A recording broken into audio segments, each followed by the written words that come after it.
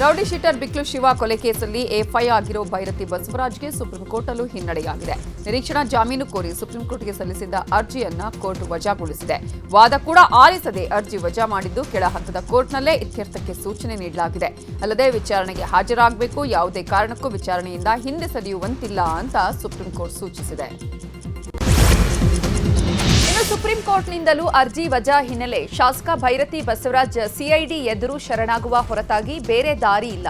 ಈಗಾಗಲೇ lookout notice ಹೊರಡಿಸಿರೋದ್ರಿಂದ ತಾವೇ ಶರಣಾಗಬೇಕು ಅಥವಾ ಪೊಲೀಸರೇ ಅವರನ್ನ ಬಂಧಿಸ್ತಾರೆ.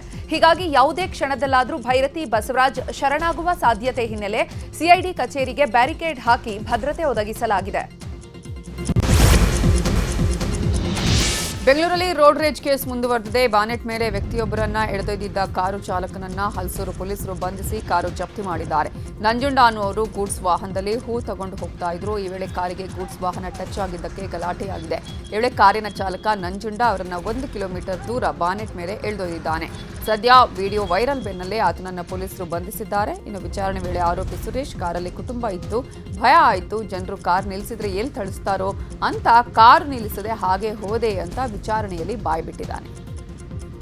ಸಿಗ್ನಲಲ್ಲಿ ಇದು ಸ್ಟಾರ್ಟ್ ಆಗಿದ್ದು, ನಮಗೆ ಸಿಗ್ನಲ್ಲು ಬಿಟ್ಟಿತ್ತು. ಮುಂದೆ ಇರೋರು ಮುಂದೆ ಪಾಸ್ ಆಗ್ತಾ ಇರಲಿಲ್ಲ, ಹಿಂದೆ ಇದ್ರು ಅವರು ಆರನ್ ಮಾಡ್ತಾನೆ ಇದ್ರು. ನಾವು ಹ್ಯಾಂಡ್ ಸಿಗ್ನಲ್ಲು ತೋರಿಸಿದ್ವಿ, ಆದರೂ ಒಂಚೂರು ಗಾಡಿ ಲೆಫ್ಟಿಂದ ಬಂದ್ಬಿಟ್ಟು ಅಂತ ಬೈದರು. ನಾವೇನು ತಪ್ಪು ಮಾಡಿದಿರೋ ನಮಗೆ ಬೈದಾಗ ನಮ್ಗೆ ಒಂದು ಸ್ವಲ್ಪ ಹರ್ಟ್ ಆಯಿತು. ಮುಂದೆ ಸಿಗ್ನಲಲ್ಲಿ ಸಿಕ್ಕಿದ್ರು, ನಾವು ಹೋಗಿ ಅವ್ರಿಗೇನು ಡೋರ್ ತಟ್ಟಿದ್ವಿ, ವಿಂಡೋ ಓಪನ್ ಮಾಡಲಿಲ್ಲ ಅವರು. ಆಮೇಲೆ ಸಿಗ್ನಲ್ ಸ್ಟಾಪ್ ಆಗಿತ್ತಲ್ಲ, ಮುಂದೆ ಬಂದು ಸೈಡ್ಗೆ ಹಾಕಿ ಗಾಡಿ ಅಂತ ಅಂದೆ. ಸಿಗ್ನಲ್ ಬಿಟ್ಟಿದ ತಕ್ಷಣ ನಂಗೆ ಗುದ್ದಿದ್ರು. ಗಾಡಿನ ಗುದ್ದಿದ ತಕ್ಷಣ ನಾನೇನು ಮಾಡಿದೆ, ಹಿಂದೆ ಬಿದ್ದೋಗ್ತೀನಿ ಅಂತ ಕಾರ್ ಮೇಲೆ ಬಿದ್ದೆ, ಬಾನೆಟ್ ಹಿಡ್ಕೊಂಡೆ. ಗಾಡಿ ಸಿಗ್ನಲ್ ಬಿಟ್ಟಿದ್ದು ಒಂದೇ ಸಮ 1.5 ಕಿಲೋಮೀಟರ್ ಹೊಡ್ಕೊಂಡು ಹೋದ್ರು ಸರ್ ಗಾಡಿನ.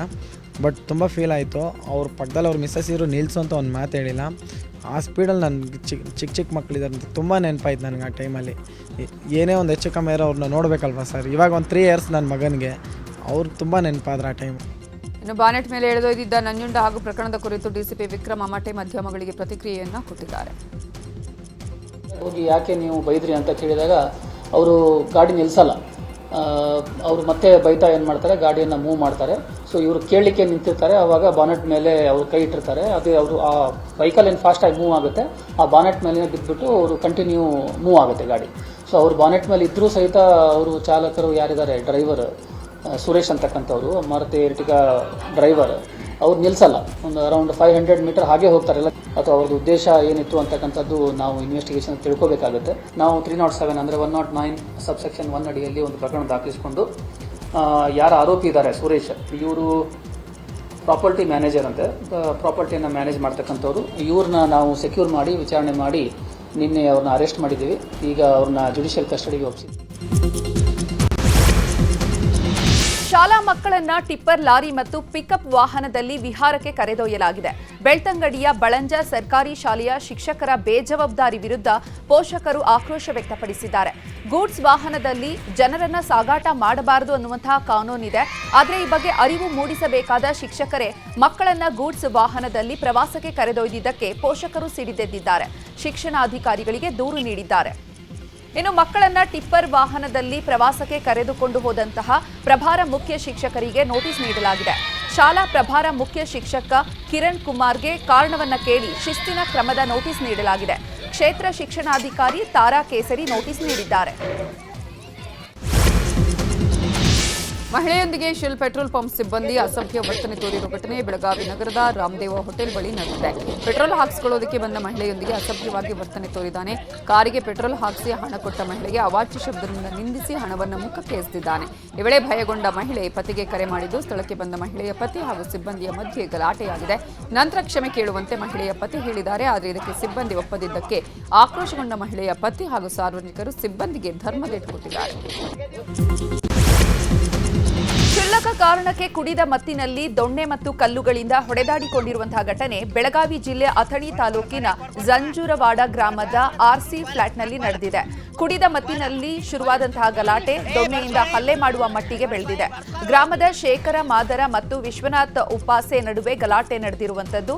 ಇನ್ನು ಶೇಖರ ಮಾದರ ತಲೆಗೆ ಪೆಟ್ಟಾಗಿ ಅಥಣಿ ಸರ್ಕಾರಿ ಆಸ್ಪತ್ರೆಗೆ ದಾಖಲಿಸಲಾಗಿದೆ. ಇನ್ನು ಇಬ್ಬರು ಹೊಡೆದಾಡಿಕೊಳ್ಳುವಂತಹ ದೃಶ್ಯ ಮೊಬೈಲ್ನಲ್ಲಿ ಸೆರೆ ಹಿಡಿಯಲಾಗಿದೆ. ಆಸ್ಪತ್ರೆಗೆ ದಾಖಲಾದ ಶೇಖರ ಐಗಳಿ ಪೊಲೀಸರಿಗೆ ದೂರು ನೀಡಲು ಮುಂದಾಗಿದ್ದಾನೆ. ಚಿನ್ನಸ್ವಾಮಿಯಲ್ಲಿ ಐಪಿಎಲ್ ನಡೆಸೋದಕ್ಕೆ ಅನುಮತಿ ಕೊಡುವ ವಿಚಾರವಾಗಿ ಇವತ್ತು ವಿಧಾನಸೌಧದಲ್ಲಿ ಗೃಹ ಸಚಿವ ಪರಮೇಶ್ವರ್ ನೇತೃತ್ವದಲ್ಲಿ ಸಭೆ ನಡೆಸಲಾಗಿದೆ. ಸಭೆಯಲ್ಲಿ ಬಹುತೇಕ ಚಿನ್ನಸ್ವಾಮಿಯಲ್ಲೇ ಐಪಿಎಲ್ ಪಂದ್ಯ ನಡೆಸೋದಕ್ಕೆ ಒಪ್ಪಿಗೆ ಸಿಕ್ಕಿದ್ದು ಇವತ್ತು ಸಂಜೆ ನಡೆಯುವ ಕ್ಯಾಬಿನೆಟ್ ಮೀಟಿಂಗ್ನಲ್ಲಿ ಅಂತಿಮ ನಿರ್ಣಯ ಕೈಗೊಳ್ಳುವ ಸಾಧ್ಯತೆ ಇದೆ. ಇನ್ನು ಸಭೆ ಬಳಿಕ ಮಾತಾಡಿರೋ ಗೃಹ ಸಚಿವ ಪರಮೇಶ್ವರ್ ಮತ್ತು ಕೆಎಸ್ಸಿಎ ಮತ್ತು ಆರ್ಸಿಬಿ ಜೊತೆ ಸಭೆ ಮಾಡಿದ್ದೇವೆ. ಜಸ್ಟಿಸ್ ಕುನ್ಹಾ ವರದಿ ಆಧಾರದ ಮೇಲೆ ಶಿಫಾರಸು ತಿಳಿಸಿದ್ದು ಮುಂದೆ ಯಾವುದೇ ಮ್ಯಾಚ್ ಆಡಿಸಬೇಕಾದ್ರೆ ಕುನ್ಹಾ ವರದಿಯ ಅಂಶಗಳ ಬಗ್ಗೆ ಕ್ರಮ ಕೈಗೊಳ್ಳುವುದಕ್ಕೆ ಸೂಚನೆ ಕೊಟ್ಟಿದ್ದೇವೆ. ಇವತ್ತಿನ ಸಭೆಯಲ್ಲಿ ಆಗಿರೋ ಚರ್ಚೆಯ ಬಗ್ಗೆ ಸಂಜೆಯ ಕ್ಯಾಬಿನೆಟ್ನಲ್ಲಿ ತಿಳಿಸುತ್ತೇವೆ. ಮುಂದಿನ ತೀರ್ಮಾನವನ್ನು ಕ್ಯಾಬಿನೆಟ್ ಮಾಡುತ್ತೆ ಅಂತ ಹೇಳಿದ್ದಾರೆ. ಇನ್ನು ಇದೇ ವಿಚಾರವಾಗಿ ಕೆಎಸ್ಸಿಎ ಅಧ್ಯಕ್ಷ ವೆಂಕಟೇಶ್ ಪ್ರಸಾದ್ ಕೂಡ ಪ್ರತಿಕ್ರಿಯಿಸಿದ್ದಾರೆ. ಏನು ಜಸ್ಟಿಸ್ ಕುನ್ನಾ ಅವರ ವರದಿಯ ಆಧಾರದ ಮೇಲೆ ನಾವು KSCA ಅವರಿಗೆ ಅವರ ರೆಕಮೆಂಡೇಷನ್ಸನ್ನು ತಿಳಿಸಿ ಮುಂದೆ ಯಾವುದೇ ಮ್ಯಾಚ್ ಆಗಬೇಕಾದ್ರೆ ಜಸ್ಟಿಸ್ ಕುನ್ನಾ ಅವರ ವರದಿಯಲ್ಲಿ ಮುಖ್ಯವಾದ ಅಂಶಗಳನ್ನು ಅವರು ಕ್ರಮ ತಗೋಬೇಕು ಅಂತೇಳಿ ನಾವು ಸೂಚನೆ ಮಾಡಿದ್ದು. ಈಗ IPL ಪ್ರಾರಂಭ ಆಗ್ತಾ ಇದೆ. RCB ಅವರು IPLನ್ನು ಕಳೆದ ಬಾರಿ ಗೆದ್ದಿದ್ರು. ಎಲ್ಲಿ ಯಾರು ಗೆದ್ದಿದ್ದಾರೆ, ಯಾವ ಟೀಮು IPL ಗೆದ್ದಿರ್ತದೆ ಅಲ್ಲೇ ಪ್ರಾರಂಭ ಮಾಡಬೇಕು ಅನ್ನೋದೊಂದು ಅವ್ರದ್ದೊಂದು ನಿಯಮ ಮಾಡ್ಕೊಂಡಿದ್ದಾರೆ. ಕ್ಯಾಬಿನೆಟ್ ಏನು ತೀರ್ಮಾನ ತಗೊಳುತ್ತೆ, ನಾವು ಅಲೋ ಮಾಡಬೇಕಾ ಮಾಡಬಾರ್ದಾ ಅಥವಾ ಮಾಡೋದಿದ್ದರೆ ಏನು ಯಾವ ರೀತಿ ಮಾಡಬೇಕು, ಇದನ್ನೆಲ್ಲವನ್ನು ಕೂಡ ಕ್ಯಾಬಿನೆಟ್ಟು ತೀರ್ಮಾನ ಮಾಡುತ್ತೆ. Endeavor to get the IPL matches, inaugural matches, inauguration of IPL ಮತ್ತು ಇಂಟರ್ನ್ಯಾಷನಲ್ ಮ್ಯಾಚಸ್ ಕೂಡ. ಸೊ ಹಾಗಾಗಿ ತುಂಬ ನಾವು ಟೈಮ್ ಸ್ಪೆಂಡ್ ಮಾಡಿ ತುಂಬ ಮಾತಾಡಿದ್ದೀವಿ ನಾವು. ಒಂಥರ it all looks extremely positive. But then ಇವತ್ತು ಸಾಯಂಕಾಲ ಇರೋವಂತಹ ಒಂದು ಕ್ಯಾಬಿನೆಟ್ ಮೀಟಿಂಗ್ನಲ್ಲಿ ನಾವು ಏನೇನು ಡಿಸ್ಕಷನ್ ಮಾಡಿದ್ವೋ ಇವತ್ತು ಅದ್ರ ಬಗ್ಗೆ ಒಂದು ಚರ್ಚೆ ಮಾಡಿ ಒಂದು ಕೊನೆಯ ಒಂದು ನಿರ್ಧಾರನ ತಿಳಿಸ್ತಾರೆ ಇವತ್ತು ಅಂತ ಹೇಳಿದ್ದಾರೆ. ಭಾಳ ಅಂದರೆ ಒಂಥರ ಪಾಸಿಟಿವ್ ಆಗಿದೆ, ಸದ್ಯಕ್ಕಂತೂ ಪಾಸಿಟಿವ್ ಆಗಿ ಕಾಣಿಸ್ತಾ ಇದೆ. ಇವತ್ತು ಸಾಯಂಕಾಲ ಕ್ಯಾಬಿನೆಟ್ ಮೀಟಿಂಗ್ ಆದಮೇಲೆ ಸಾಹೇಬ್ರೇನೆ, ನಮ್ಮ ಹೋಮ್ ಮಿನಿಸ್ಟರ್ ಸಾಹೇಬ್ರೇನೆ, ಪರಮೇಶ್ವರ್ ಜಿನೇ ಅವರೇನೆ ಅವರ ಒಂದು ನಿರ್ಧಾರನ ತಿಳಿಸ್ತಾರೆ.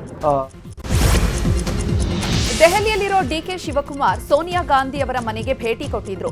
ಈ ವೇಳೆ ಪ್ರಿಯಾಂಕಾ ವಾದ್ರಾ ಅವರನ್ನ ಭೇಟಿಯಾಗಿದ್ದಾರೆ. ಬಳಿಕ ಮಾತನಾಡಿದ ಡಿಸಿಎಂ ಡಿಕೆ ಶಿವಕುಮಾರ್, ನಾನು ವರಿಷ್ಠರನ್ನ ಭೇಟಿ ಮಾಡಿದ್ದೇನೆ, ಹೈಕಮಾಂಡ್ ಜೊತೆ ಎಲ್ಲ ಚರ್ಚಿಸಿದ್ದೇನೆ. ಅದರ ಬಗ್ಗೆ ಬಹಿರಂಗವಾಗಿ ನಾನೇನು ಕೂಡ ಹೇಳಲ್ಲ, ರಾಜಕಾರಣ ಮಾಡೋದಕ್ಕೆ ಬಂದಿರೋದು, ಎಲ್ಲ ಮಾತನಾಡಿದ್ದೇನೆ, ಎಲ್ಲದಕ್ಕೂ ಕಾಲವೇ ಉತ್ತರ ಕೊಡುತ್ತೆ ಎಂದಿದ್ದಾರೆ. ನಾನೀಗ 10 ಜನಪದ ಬಂದಿದ್ದೀನಿ. ನಾನು ಒಳಗಡೆ ಏನು ಮಾತಾಡಿದೆ, ಯಾರ ಹತ್ರ ಮಾತಾಡಿದೆ ಅಂತ ನಾನೇನು ಡಿಸ್ಕ್ಲೋಸರ್ ಮಾಡಬೇಕಾದಂಥ ಅವಶ್ಯಕತೆ ಇಲ್ಲ. ಬೀದಿಯಲ್ಲಿ ನಿಂತ್ಕೊಂಡು ನಾವೆಲ್ಲ ಅದೆಲ್ಲ ರಾಜಕಾರಣ ಮಾತಾಡೋಕ್ಕೆ ಇಲ್ಲ.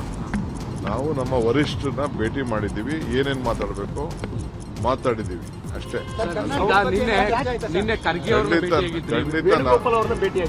ಖಂಡಿತ ನಾನು ಬಂದ ಮೇಲೆ ಎಲ್ಲ ವಿಚಾರನೂ ತಿಳಿಸ್ಲೇಬೇಕಲ್ಲ, ಎಲ್ಲ ವಿಚಾರಗಳನ್ನ ಮಾತಾಡಿದ್ದೀನಿ, ಏನು ಬೇಕು ಮಾತಾಡಿದ್ದೀನಿ.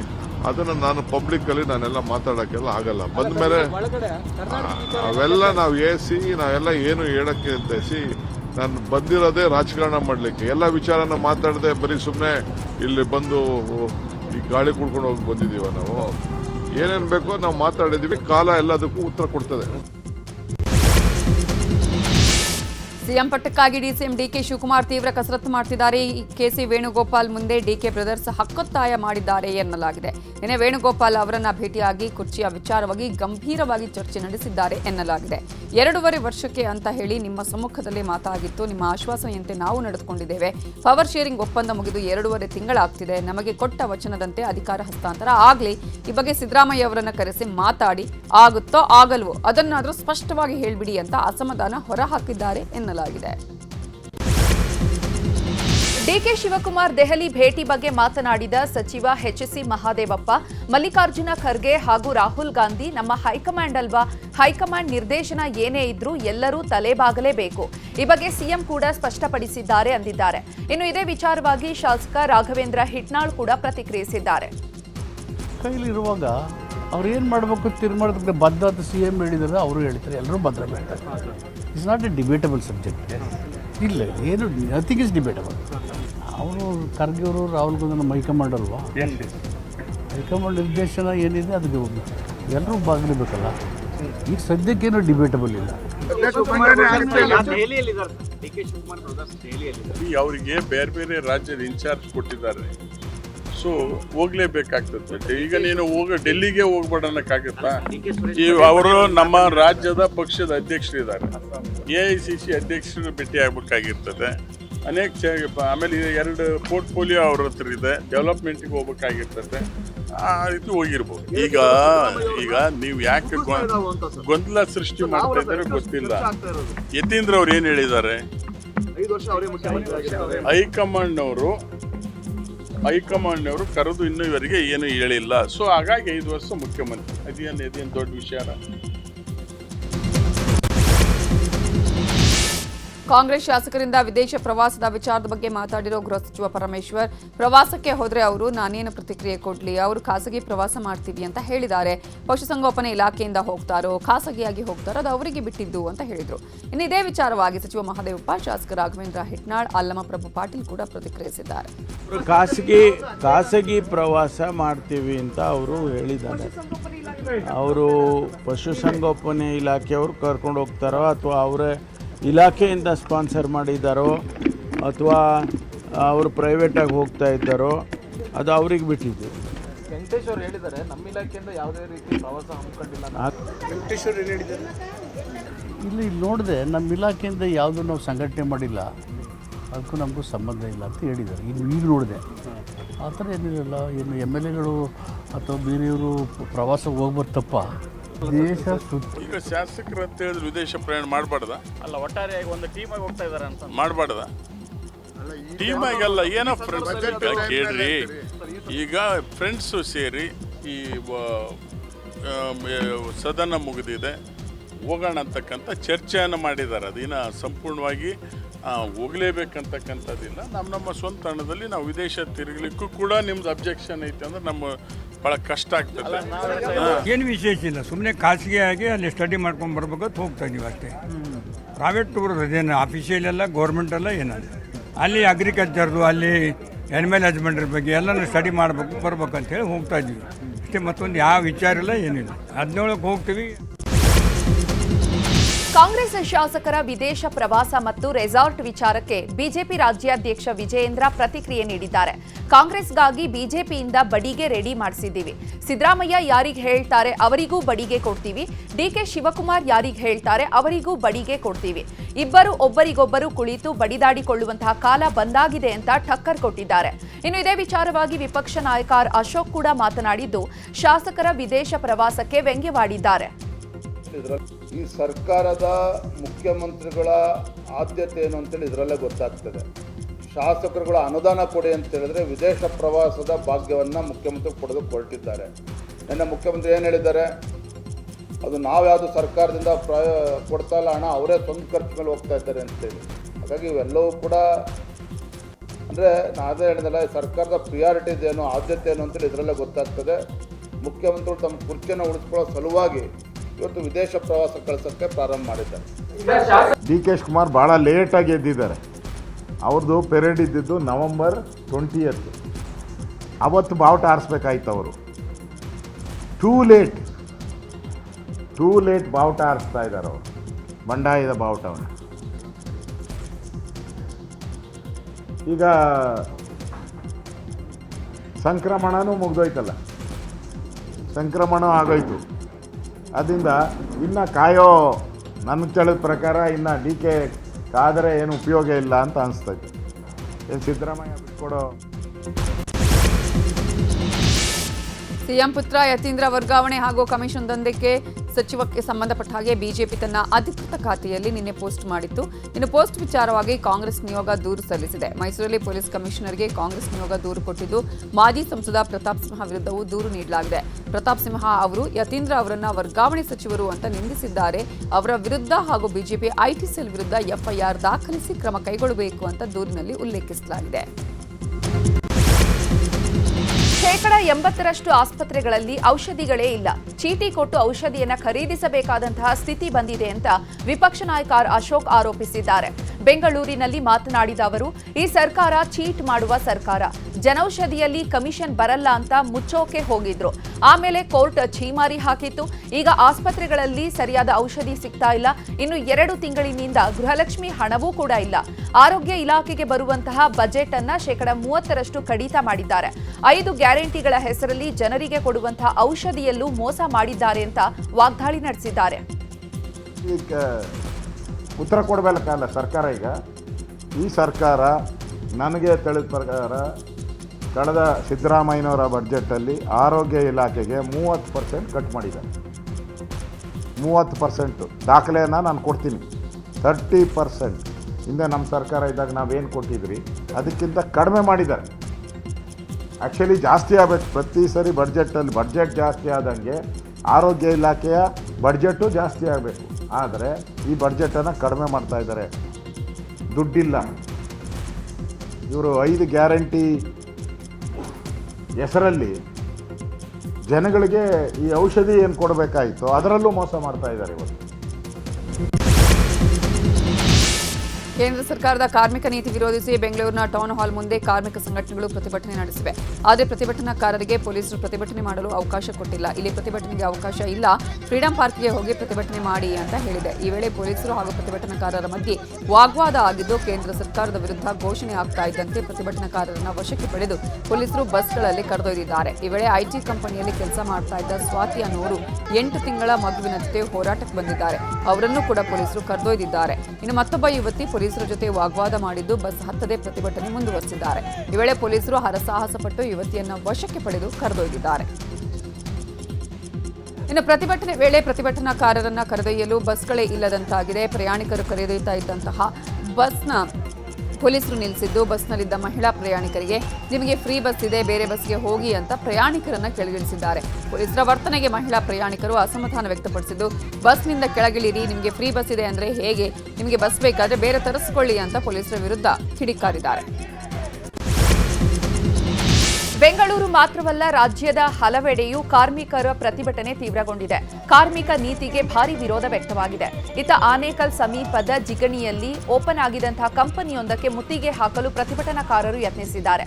ಕಂಪನಿ ಮುಂಭಾಗ ನೂರಾರು ಜನರು ಜಮಾಯಿಸಿ ಧಿಕ್ಕಾರ ಕೂಗಿ ಆಕ್ರೋಶ ಹೊರಹಾಕಿದ್ರು. ಇನ್ನು ಮುತ್ತಿಗೆ ಹಾಕಲು ಯತ್ನಿಸಿದ ಪ್ರತಿಭಟನಾಕಾರರನ್ನ ಪೊಲೀಸರು ತಡೆದಿದ್ದಾರೆ. ಪ್ರತಿಭಟನಾಕಾರರ ಒತ್ತಾಯಕ್ಕೆ ಮಣಿದಂತಹ ಕಾರ್ಖಾನೆ ತನ್ನ ಕಾರ್ಮಿಕರಿಗೆ ರಜೆ ನೀಡಿ ಕಳಿಸಿದೆ. ಭದ್ರಾ ಮೇಲ್ದಂಡೆ ಯೋಜನೆ ಕಾಮಗಾರಿ ವಿಳಂಬ ಹಿನ್ನೆಲೆ ಚಿತ್ರದುರ್ಗದಲ್ಲಿ ರೈತರು ಪ್ರತಿಭಟನೆ ನಡೆಸಿದ್ದಾರೆ. ಸಮಗ್ರ ನೀರಾವರಿ ಹಣ ಬಿಡುಗಡೆಗೆ ಆಗ್ರಹಿಸಿ ರಾಜ್ಯ ರೈತ ಸಂಘದ ನೇತೃತ್ವದಲ್ಲಿ ನೂರಾರು ರೈತರು ಪಾದಯಾತ್ರೆ ಮಾಡಿದ್ದಾರೆ. ಲೋಕಸಭೆ ಕಲಾಪದಲ್ಲಿ ಪ್ರಧಾನಿ ನರೇಂದ್ರ ಮೋದಿ ವಿರುದ್ಧ ವಿಪಕ್ಷ ನಾಯಕ ರಾಹುಲ್ ಗಾಂಧಿ ವಾಗ್ದಾಳಿಯನ್ನು ನಡೆಸಿದ್ರು. ಅಲ್ಲದೆ ಅಮೆರಿಕ ಜೊತೆಗಿನ ಡೀಲ್ ವಿಚಾರವಾಗಿ ಮಾತನಾಡಿದ ರಾಹುಲ್ ಗಾಂಧಿ, ಪ್ರಧಾನಿ ಮೋದಿ ಭಾರತವನ್ನ ಅಮೆರಿಕಾಗೆ ಮಾರಿದ್ದಾರೆ ಅಂತ ಆರೋಪಿಸಿದ್ದಾರೆ. ಈ ವಿಚಾರಕ್ಕೆ ಭಾರೀ ಗದ್ದಲ ಗಲಾಟೆ ಉಂಟಾಗಿತ್ತು. ಸದ್ಯ ಈಗ ಇದೇ ವಿಚಾರವಾಗಿ ರಾಹುಲ್ ಗಾಂಧಿ ಸದಸ್ಯತ್ವವನ್ನು ರದ್ದು ಮಾಡಬೇಕು ಅಂತ ಬಿಜೆಪಿ ಸಂಸದ ನಿಶಿಕಾಂತ್ ದುಬೆ ಆಗ್ರಹಿಸಿದ್ದಾರೆ. ಬೆಂಗಳೂರಿನ ಪದ್ಮನಾಭನಗರದ 4ನೇ ಮುಖ್ಯ ರಸ್ತೆಯಲ್ಲಿರುವಂತಹ ಪಿಡಬ್ಲ್ಯೂಡಿ ಚೀಫ್ ಎಂಜಿನಿಯರ್ ಪುರುಷೋತ್ತಮ್ ಮನೆಯಲ್ಲಿ 10ಕ್ಕೂ ಹೆಚ್ಚು ಲೋಕಾಯುಕ್ತ ಅಧಿಕಾರಿಗಳಿಂದ ಮನೆ ಪರಿಶೀಲನೆ ಮಾಡಲಾಗ್ತಾ ಇದೆ. ಪರಿಶೀಲನೆಯ ವೇಳೆ ಲಕ್ಷಾಂತರ ರೂಪಾಯಿ ಕ್ಯಾಶ್ ಮತ್ತು ಚಿನ್ನಾಭರಣ, ಬೆಲೆ ಬಾಳುವ ವಸ್ತುಗಳು ಪತ್ತೆಯಾಗಿದೆ.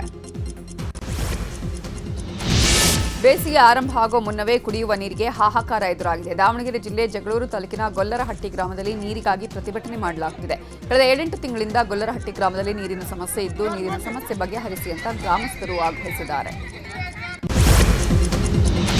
ಕೋಲಾರದ ಮುಳಬಾಗಿಲಿನಲ್ಲಿ ಫಿಲ್ಟರ್ ಮರಳು ದಂಧೆ ಜೋರಾಗಿದೆ. ಮರಳು ದಂಧೆಯಿಂದ ಚಿಕ್ಕನಗವಾರ ಕೆರೆ ಚಿತ್ರಣವೇ ಬದಲಾಗಿದೆ. ಕೆರೆ ಕಾಲುವೆಯ ಮಣ್ಣು ಫಿಲ್ಟರ್ ಮರಳು ದಂಧೆಗೆ ಬಳಕೆ ಮಾಡಲಾಗ್ತಾ ಇದೆ ಅಂತ ಸ್ಥಳೀಯರು ಆರೋಪಿಸಿದ್ದು, ಚಿಕ್ಕನಗವಾರ ಕೆರೆ ಉಳಿಸುವಂತೆ ಆಗ್ರಹಿಸಿದ್ದಾರೆ. ಬೀದರ್ನ ಚಿಟಗುಪ್ಪ ವಿದ್ಯಾರ್ಥಿನಿಯರ ಹಾಸ್ಟೆಲ್ ದುಸ್ಥಿತಿ ಹೇಳೋರಿಲ್ಲ ಕೇಳೋರಿಲ್ಲ ಅನ್ನುವಂತಾಗಿದೆ. ವಸತಿ ನಿಲಯವೋ, ಭೂತ ಬಂಗ್ಲೆಯೋ ಅಥವಾ ಕೊಟ್ಟಿಗೆಯೋ ಅನ್ನುವ ಪ್ರಶ್ನೆ ಹಾಸ್ಟೆಲ್ ನೋಡಿದವರಿಗೆ ಮೂಡೋದಂತೂ ಸುಳ್ಳಲ್ಲ. ಪಾಳು ಬಿದ್ದಂತಿರೆ ಈ ಕಟ್ಟಡದಲ್ಲಿ ಹೆಣ್ಮಕ್ಳು ನಿತ್ಯ ನರಕಯಾತನೆ ಅನುಭವಿಸುತ್ತಿದ್ದಾರೆ. ಖಾಸಗಿ ಬಸ್ಗಳ ನಡುವೆ ಭೀಕರ ಆಕ್ಸಿಡೆಂಟ್ ನಡೆದು ಪ್ರಯಾಣಿಕರು ಜಸ್ಟ್ ಮಿಸ್ ಆಗಿರೋ ಘಟನೆ ಚಿಕ್ಕಬಳ್ಳಾಪುರದ ರಾಷ್ಟ್ರೀಯ ಹೆದ್ದಾರಿ ಭಗವತಿ ಹೋಟೆಲ್ ಮುಂದೆ ನಡೆದಿದೆ. ಹೈದರಾಬಾದ್ ಟು ಬೆಂಗಳೂರಿಗೆ ಹೋಗ್ತಾ ಇದ್ದ ಖಾಸಗಿ ಬಸ್ಗಳು ಡಿಕ್ಕಿಯಾಗಿದ್ದು ಯಾವುದೇ ಸಾವು ನೋವು ಸಂಭವಿಸಿಲ್ಲ. ಕೊಪ್ಪಳದಲ್ಲಿ ಇಂದಿನಿಂದ ಫೆಬ್ರವರಿ 10ರವರೆಗೂ ಹಣ್ಣು ಮೇಳ ಆಯೋಜನೆ ಮಾಡಲಾಗಿದೆ. ಇವತ್ತು ಹಣ್ಣು ಮೇಳಕ್ಕೆ ಶಾಸಕ ರಾಘವೇಂದ್ರ ಹಿಟ್ನಾಳ್ ಚಾಲನೆ ನೀಡಿದ್ದಾರೆ. ಇನ್ನು ಹಣ್ಣು ಮೇಳದಲ್ಲಿ ಅಣಬೆಯ ಬೆಲೆ ಕೇಳಿ ಜನರು ಹೌಹಾರಿದ್ದಾರೆ. ರಾಸೆಗುಂಬ ಅಣಬೆ ಕೆಜಿಗೆ ಬರೋಬ್ಬರಿ 15 ಲಕ್ಷ ಇದ್ದು ಜಗತ್ತಿನ ದುಬಾರಿ ಅಣಬೆ ಎನ್ನುವಂತಹ ಖ್ಯಾತಿಯನ್ನು ಪಡೆದಿದೆ. ಕೋಲಾರ ನಗರದ ಇಂಡೋರ್ ಸ್ಟೇಡಿಯಂ ಹಿಂಭಾಗ ನಾಗರಹಾವು ಪತ್ತೆಯಾಗಿದೆ. ಈಜುಕೊಳ ನಿರ್ಮಾಣಕ್ಕೆ ಅಂತ ಕಾಮಗಾರಿ ಆರಂಭಿಸಿರುವ ಸ್ಥಳದಲ್ಲಿ ನಾಗರಹಾವು ಪತ್ತೆಯಾಗಿದ್ದು ಮೃಗತಜ್ಞ ಆನಂದ ಹಾವನ್ನ ಹಿಡಿದು ಕಾಡಿಗೆ ಬಿಟ್ಟಿದ್ದಾರೆ. ರಾಜ್ಯ ಸರ್ಕಾರಕ್ಕೆ ಕೇಂದ್ರ ಸರ್ಕಾರ ಬಿಗ್ ಶಾಕ್ ಕೊಟ್ಟಿದೆ. ಮೆಟ್ರೋ ದರ ಏರಿಕೆ ಜಟಾಪಟಿಯ ಬೆನ್ನಲ್ಲೇ ಈಗ ಮೆಟ್ರೋ ರೆಡ್ ಲೈನ್ಗೆ ಕೇಂದ್ರ ಸರ್ಕಾರ ಬ್ರೇಕ್ ಹಾಕಿದೆ. ಅಲ್ಲದೆ ಡಬಲ್ ಡೆಕ್ಕರ್ ಪ್ಲಾನ್ಗೂ ಕೂಡ ನೋ ಅಂತ ಹೇಳಿದೆ ಎನ್ನಲಾಗ್ತಾ ಇದೆ. ಸರ್ಜಾಪುರ ಟು ಹೆಬ್ಬಾಳ ಯೋಜನೆಗೆ ಕೇಂದ್ರ ಸರ್ಕಾರ ಬ್ರೇಕ್ ಹಾಕಿದೆ. ಬದಲಾಗಿ ಯೋಜನೆ ಮತ್ತೆ ಮರುಪರಿಶೀಲನೆಯನ್ನು ನಡೆಸಲು ಸೂಚನೆಯನ್ನು ಕೊಟ್ಟಿದೆ ಅಂತ ಸಂಸದ ಪಿಸಿ ಮೋಹನ್ ಹೇಳಿದ್ದಾರೆ. ತಮಿಳುನಾಡಿನ ಶಿವಗಂಗಾ ನಗರಸಭೆಯ 21ನೇ ವಾರ್ಡ್ನಲ್ಲಿ ಅಲ್ಲಿನ ಕೌನ್ಸಿಲರ್ ಆಯುಬ್ ಖಾನ್ ಕಸ ಸಂಗ್ರಹಿಸುವ ವಾಹನಗಳಿಗೆ ಸಿಟಿ ನಿಷೇಧಿಸಿದ್ದಾರೆ. ಸಿಟಿ ಬದಲು ಜಾಗೃತಿಯ ಹಾಡು ಹಾಕಿ ಅಂತ ಸೂಚಿಸಿದ್ದಾರೆ. ಇದು ರಾಜಕೀಯ ತಿರುವು ಪಡೆದಿದ್ದು ಸಿಟಿ ನಟ ವಿಜಯ್ ಅವರ ಟಿವಿಕೆ ಪಕ್ಷದ ಚಿಹ್ನೆಯಾಗಿರುವುದರಿಂದ ಈ ನಿರ್ಬಂಧ ಹೇರಲಾಗಿದೆ ಅನ್ನುವ ಚರ್ಚೆ ನಡೆದಿದೆ. ಇತ್ತೀಚೆಗೆ ಚಿಪಾಕ್ನಲ್ಲಿನ T20 ಪಂದ್ಯದ ವೇಳೆಯೂ ಸಿಟಿಯನ್ನು ನಿಷೇಧಿಸಲಾಗಿತ್ತು.